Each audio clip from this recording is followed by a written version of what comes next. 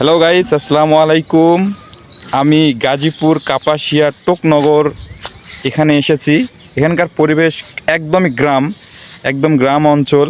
আপনারা দেখতে পাচ্ছেন খামার লাগাইছে, সাইডে ক্ষেত খামার আছে, আশেপাশে বাড়িঘর আছে। অনেক দূর দূরান্ত থেকে মানুষ এখানে আসছে। শুধু একটা মাত্র অফিস হয়েছে এখানে, শুধু একটা অফিস।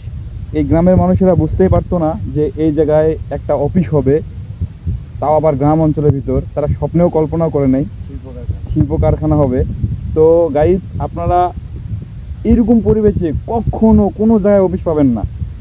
এখানে একটা মাত্র অফিস, যেখানে গ্রাম একটা বাজারে যাইতে 20 টাকা লাগে, তাও 2 কিলোমিটার দূরে। এই টোকনগর নয়ন বাজারটা 2 কিলোমিটার দূরে। কোনো কিছু নিতে গেলে বা কোনো কিছু আনতে গেলে আমাদেরকে এই 2 কিলোমিটার পাড়ি দিয়ে তারপর সে বাজারে যেতে হয়। তো ধন্যবাদ সকলকে এই গ্রামটাকে দেখার জন্য, জানার জন্য। আপনার এই আজকে আমার এই ভিডিওটা করা। আপনারা সবাই ভালো থাকবেন, ধন্যবাদ।